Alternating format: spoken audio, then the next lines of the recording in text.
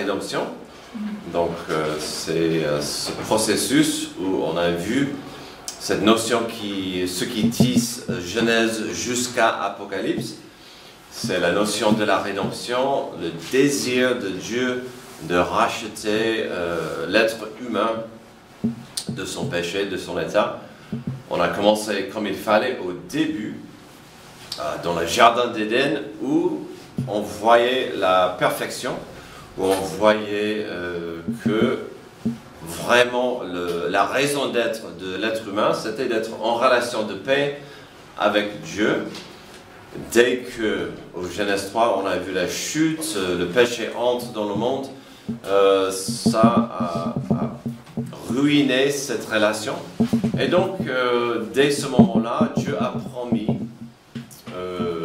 un libérateur et cette rédemption. Et donc, on a vu ça au fur et à mesure pendant l'histoire de l'humanité avec Dieu qui cherchait à...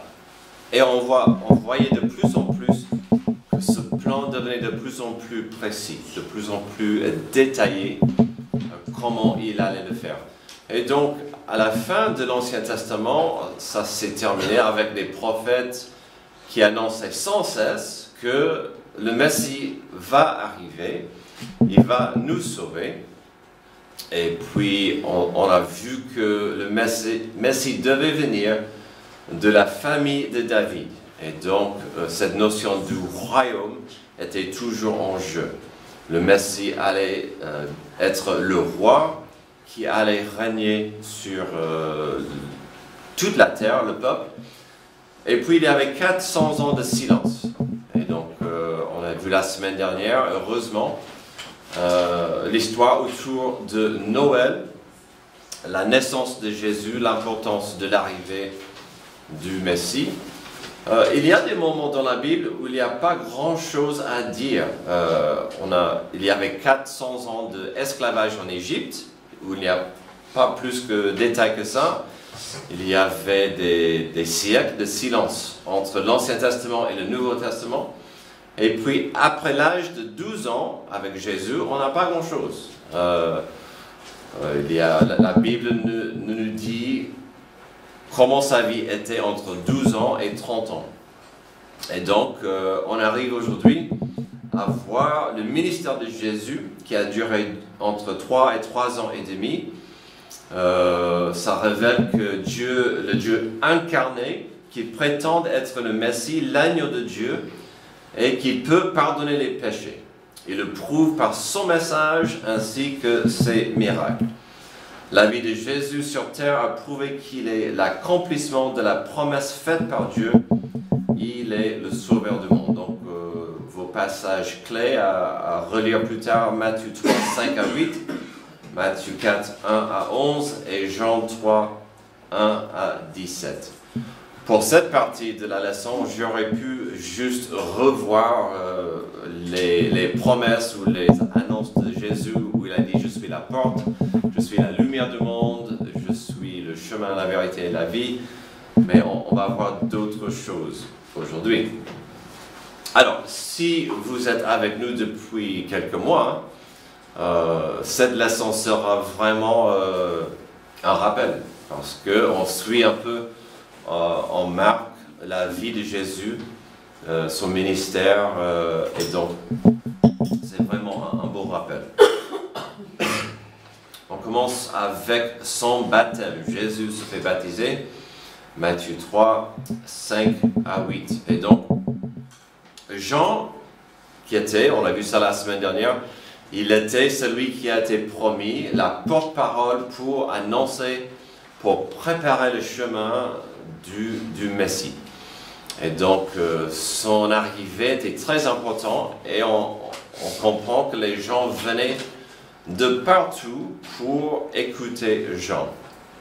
Alors, son message était simple. Le Messie arrive et donc il faut accepter la repentance. Changez votre chemin, changez votre façon de vivre, revenez à Dieu. Chose qui était assez extrême, sachant que son message était pour tout le monde y compris les leaders religieux. Donc, imaginez d'aller à un prêtre ou à un imam et dire répentez-vous dans son... crier ça dans son figure, ça serait un peu brusque, mais c'était son message. Répentez-vous, le Messie arrive. Et donc, Jean proclamait ça, le royaume des cieux est proche. Le baptême implique une identification.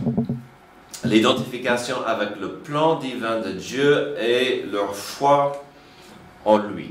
Et donc, Jean a appelé le peuple à se repentir, changer de direction. Alors, bien sûr, la question est bonne et on doit poser la question. Jean baptisait les gens qui venaient à lui, c'était le baptême de la repentance. Et donc, on avait Jésus qui est venu à lui pour se faire baptiser. Donc, forcément, ce n'est pas la même chose. En ce moment, je vois sans arrêt, sans cesse, sur les réseaux sociaux, il y a un nouveau livre, style bande dessinée pour les enfants, qui raconte la vie de Jésus. Et pour son baptême, Jésus est en train de dire, la boule, avec sa phrase, dit « Je suis venu pour être baptisé, pour laver mes péchés. » Et donc c'est correct que les gens disent « N'achète pas ce livre », c'est vraiment l'hérésie. C'est pas bon de dire que Jésus avait besoin d'un baptême de repentance. Et donc, à sa base, le baptême, c'est l'identification. Donc, le baptême normal de Jean, c'était pour se repentir. Et dans ce cas, c'était Jésus qui s'identifiait avec son Père. On sait que le Saint-Esprit est descendu sur lui et a annoncé « Voici mon fils que j'aime, bien-aimé, en lui j'ai mis toute mon affection. » Et donc, Jean a déclaré que Jésus est l'agneau de Dieu qui ôte le péché du monde. Alors, je sais que souvent j'attends à la fin pour vos questions, mais tout ce qu'on a vu jusqu'ici, je vais vous poser la question, juste qu'on a vu ici sur la rédemption, on a vu beaucoup de sacrifices, beaucoup des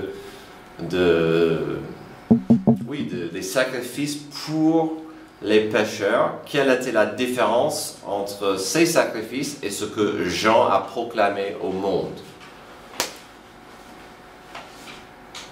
Il y avait tout ce système au tabernacle de verser le sang. Ce sang était censé couvrir le péché. Il y avait du pardon de Dieu dans le moment pour couvrir le péché, mais qu'est-ce que Jean a dit? Quelle est la différence? Antoine. Jean dit, voici l'agneau de Dieu qui ôte le péché du monde. Voilà. Il enlève, il ôte. Il n'y avait plus la question. Et donc, pour ceux qui suivaient la religion juive, ceux qui suivaient la rédemption de Dieu, ça devait, quelque part, sur un niveau, être frappant. Ah, quelque part, Jésus va ôter, pas juste couvrir et cacher nos péchés. Et donc, ça, c'était très, très important.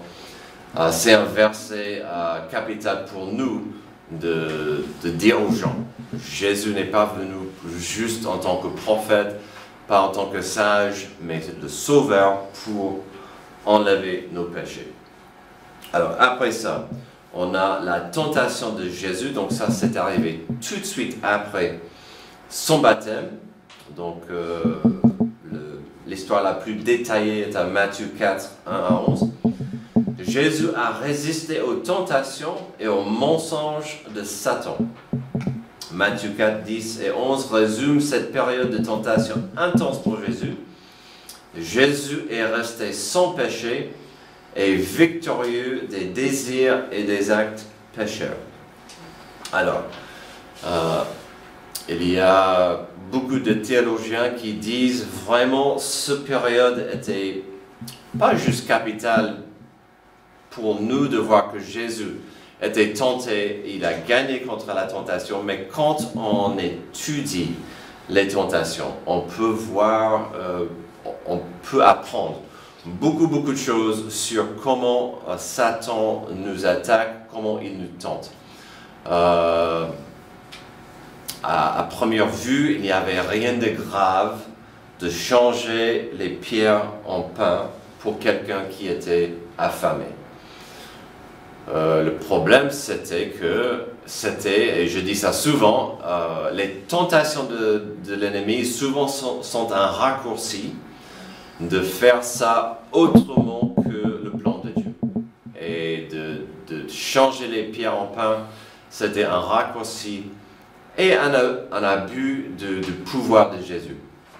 Ce n'était pas vraiment pourquoi il avait cette puissance. Même chose de se lancer du toit du temple, ça aurait émerveillé les gens, mais ce n'était pas le moment ni le comment. Dieu voulait que les gens acceptent Jésus par la foi, pas d'être émerveillés par des tours de magie. Même chose, finalement, la troisième tentation, adore-moi, je vous donne tous les royaumes de la terre. Beaucoup de ces choses, et c'est intéressant parce qu'on parle souvent de la souffrance. Les trois tentations disaient à Jésus, tu peux éviter toute souffrance. Tu n'as pas besoin de souffrir. Je t'offre ces raccourcis pour éviter la souffrance. Jésus devait souffrir sur tous les niveaux comme nous, sans péché. Et donc, vous avez Hébreux 4, 15. En effet, nous n'avons pas un grand prêtre incapable de compatir à nos faiblesses. Au contraire, il a été tenté en tout point comme nous, mais sans commettre de péché. Et donc, quand les gens disent « Dieu ne me comprend pas », il ne sait pas... et souvent quand on tombe, on chute, on dit « c'était plus fort que moi ». Oui, mais Jésus connaît nos tentations, nos faiblesses. Donc, Jésus était tenté. C'est très important. Ensuite, il y avait les 3 ans de ministère. Jésus passe les 3 années suivantes à enseigner surtout à ses 12 disciples et aux autres sur les Écritures dans l'Ancien Testament, sur lui-même en tant que Fils de Dieu. Il pardonne les péchés, accomplit de nombreux miracles de toutes sortes et affirme qu'il est la seule voie de salut. Beaucoup ont cru et beaucoup n'ont pas cru, particulièrement les chefs religieux. Jésus était parfait en parole et en acte. On peut voir, on peut constater dans quasiment tous les évangiles, au début de sa ministère, il préférait enseigner.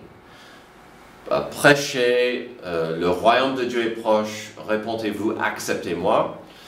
Les miracles venaient aussi parce qu'une fois que les gens comprenaient que Jésus pouvait guérir, il y avait des gens qui venaient à lui à gauche et à droite. Donc, on a ce ministère de l'enseignement, prédication et les miracles. Alors, on voit souvent qu'il enseignait en parabole. Quand il a dit que ceux qui ont des oreilles écoutent, entendent, c'était vraiment qu'il voulait que les gens vraiment saisissent et réfléchissent à ce qu'il disait.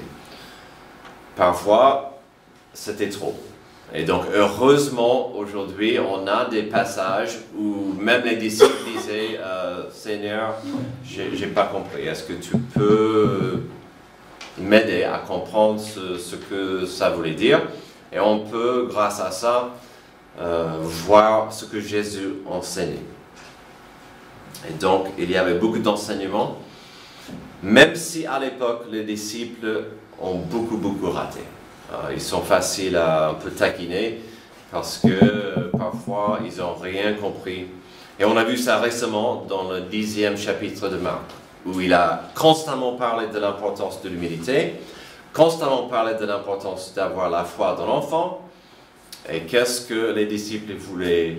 Ils voulaient être les plus grands dans le royaume. Ils voulaient être élevés dans le royaume, les plus importants que les autres. Alors, Jésus a dit qu'il était Dieu. On voit en plusieurs instances ces histoires. Il a l'autorité sur le monde spirituel, donc les démons lui obéissent. Il a l'autorité sur le monde physique, donc il a beaucoup guéri des malades. Il a calmé la tempête, il a marché sur l'eau pendant une tempête. Et donc on peut voir, il avait cette autorité. Il avait même l'autorité sur la mort. Si vous connaissez cette histoire, Lazare n'était pas dans un coma. Il était mort 3 jours. Et donc personne ne voulait ouvrir le sépulcre parce que après 3 jours, en principe, il n'y avait plus de questions. Il était mort, ça sentait mauvais, mais il avait l'autorité sur la mort. Il a dit, moi et mon Père sommes un. Jean 10, 30 à 38. Alors, cette phrase a vraiment perturbé les leaders religieux, les autorités, parce que pour eux, c'était sacrilège. C'était vraiment fort de dire. Pour ceux qui suivaient, qui voulaient être ses disciples, c'était normal. Mais pour beaucoup, c'était trop.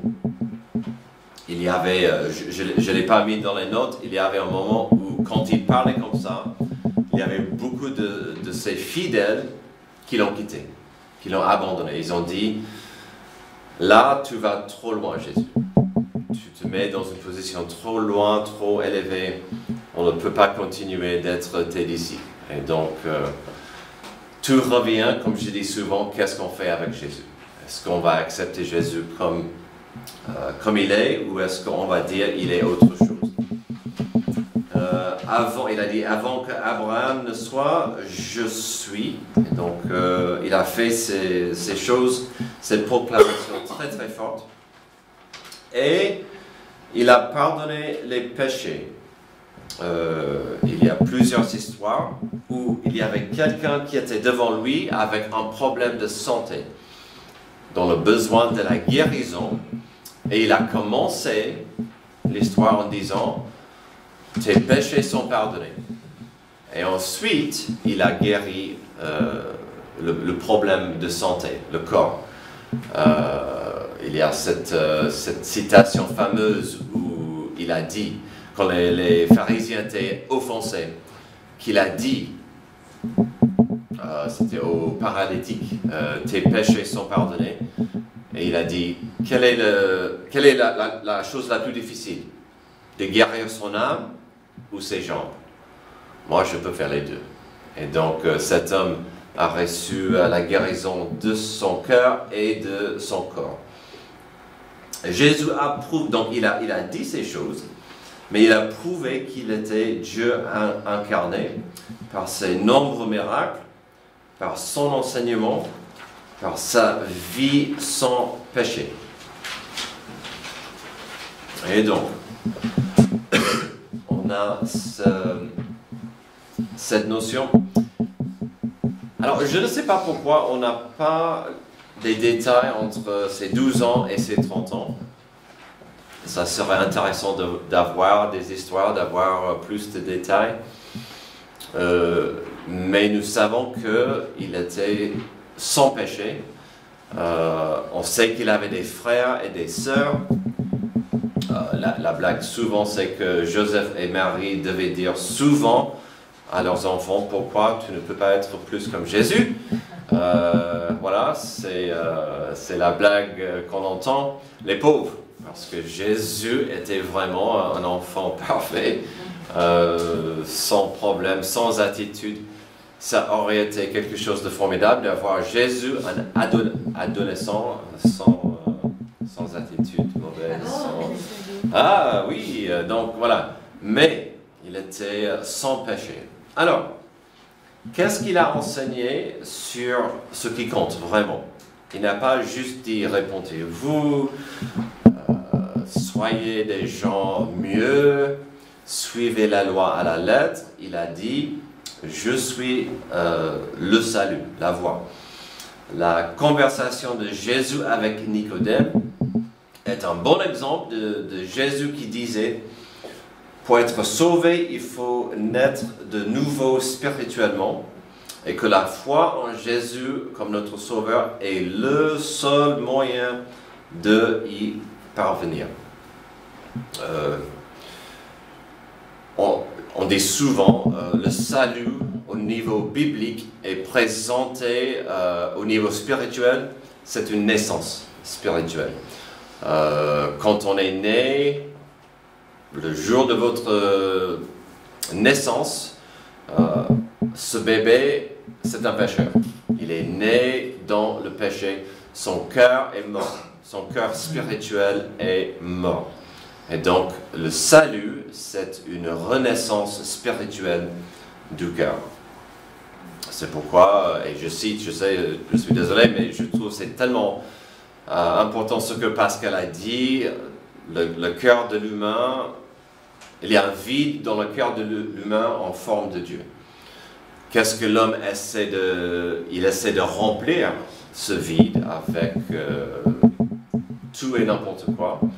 Tandis qu'on sait que ce vide doit être pas juste rempli, mais le cœur doit être ranimé, doit avoir cette renaissance. Donc le salut au niveau spirituel, c'est une naissance. Le salut au niveau légal, c'est une adoption. Donc on est adopté au moment du salut. Et donc ça c'est l'importance du salut. On doit revenir, je reviens souvent et j'ai pas eu beaucoup d'opportunités d'avoir cette conversation avec nos amis des musulmans qui disent est-ce que oui, on prie le même Dieu, on prie Dieu, on croit dans Dieu, mais là où on a une grande différence, c'est qu'est-ce qu'on fait avec Jésus. C'est là où j'ai du mal à dire que nous adorons le même Dieu. Parce que, avec ce que Jésus a dit, je suis quoi? Le chemin, la vérité et la vie. Nul vient au Père que par moi. Et donc, j'ai du mal à imaginer que ce Dieu à qui il prie pourrait dire « Ok, pour vous, c'est les 5 piliers, et pour vous, c'est Jésus. » Si Jésus disait la vérité, et il était la vérité, il y a une seule façon à parvenir au salut à Dieu. Ce qui est très différent quand même aussi, c'est que les musulmans, ils doivent gagner leur salut par les bonnes œuvres, etc. Alors, donc ils ont un Dieu qui est exigeant, qui demande plein de choses, mais l'autre, il nous donne tout son amour. Exactement. Et il n'y a pas de confiance. En principe, l'enfant adoptif de Dieu peut dire, à un tel moment de ma vie, par la foi, j'ai accepté Jésus comme mon sauveur, j'ai compris qui il était, ce qu'il a fait, et j'ai reçu cette nouvelle naissance. Il y avait quelque chose en moi qui a changé.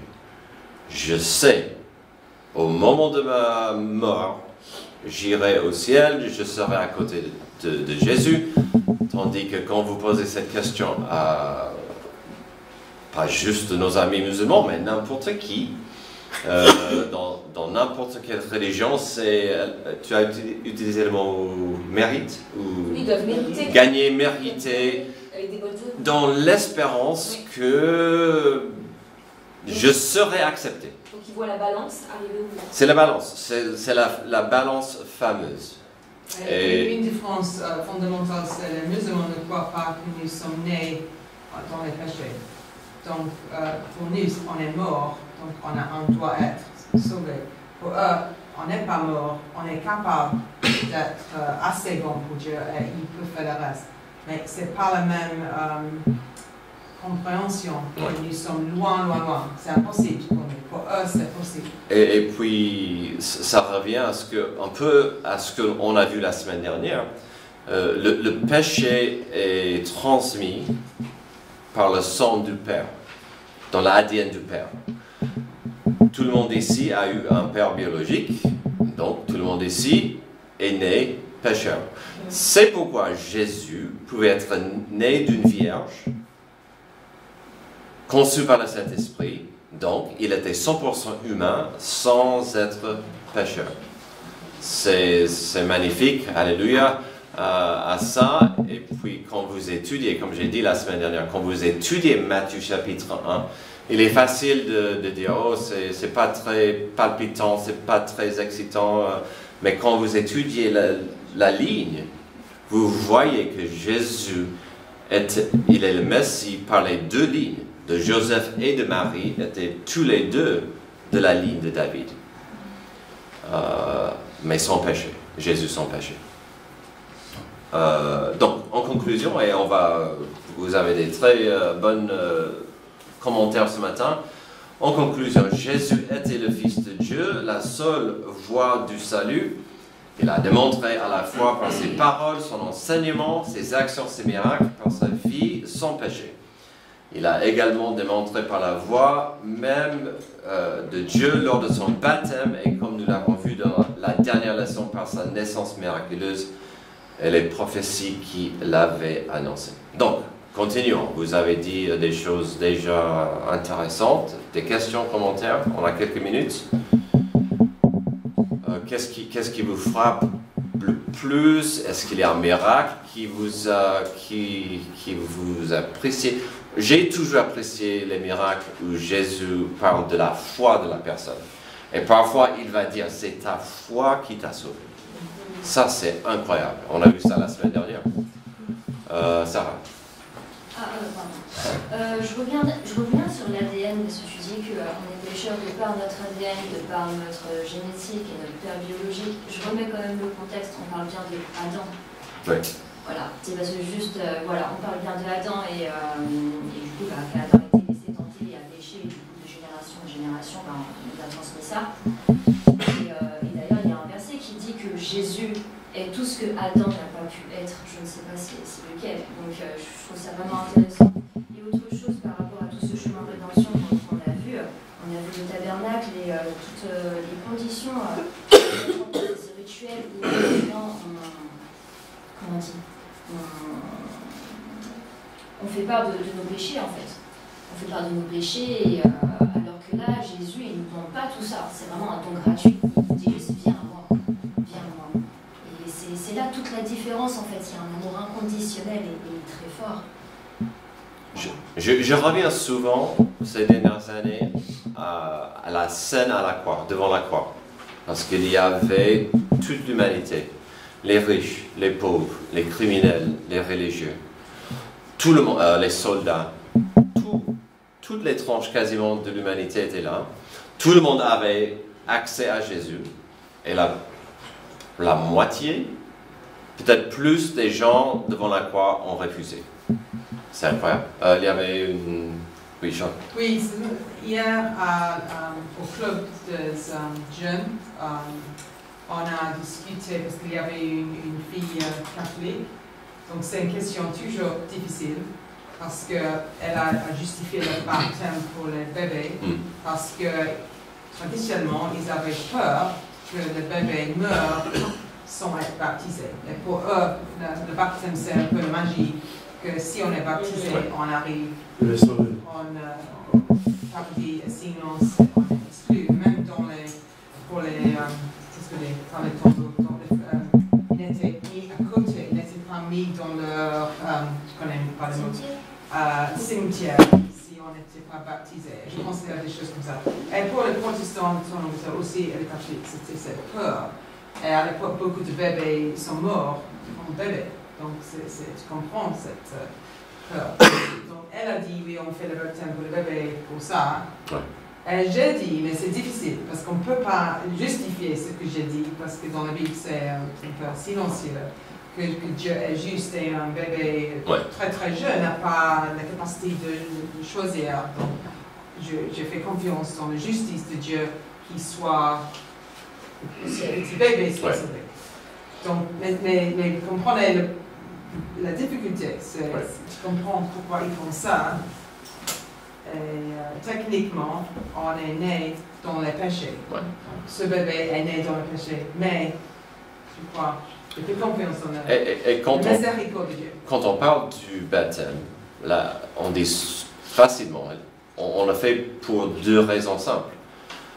L'obéissance, parce que Jésus nous a ordonné de baptiser les convertis, les disciples. Mais deuxième, c'est l'identification. Je m'identifie avec mon Sauveur, en disant au revoir à ma vie ancienne et en acceptant ma vie future avec mon Sauveur. Et donc, évidemment, c'est une grande différence entre nous et des catholiques, le pourquoi du baptême. Et donc, on voit même avec Jésus, c'était pour s'identifier avec son Père et le début de son ministère. Et le baptême pour eux, ce n'est pas un centre de salut aussi pour les catholiques? Oui. C'est ça. Pour les bébés. Ouais. Après, Ouais, voilà, donc aussi. Plus- du baptême, il n'y a point de salut. Pour eux, il faut qu'ils soient. Si tu n'es pas baptisé, tu n'es pas sauvé. Ouais. Pas sauvé. Oh, C'est le pas baptême, une ça, question c'est de ça. foi pour eux. C'est pourquoi le bébé doit se faire baptiser pour être sauvé. Sinon, c'est... Mais même les adultes, ils arrivent à... Merci pour votre attention, votre patience. Et voilà, on va voir ce que ça donne dans la prochaine heure. Merci. Il y a du café qui reste, tu sais.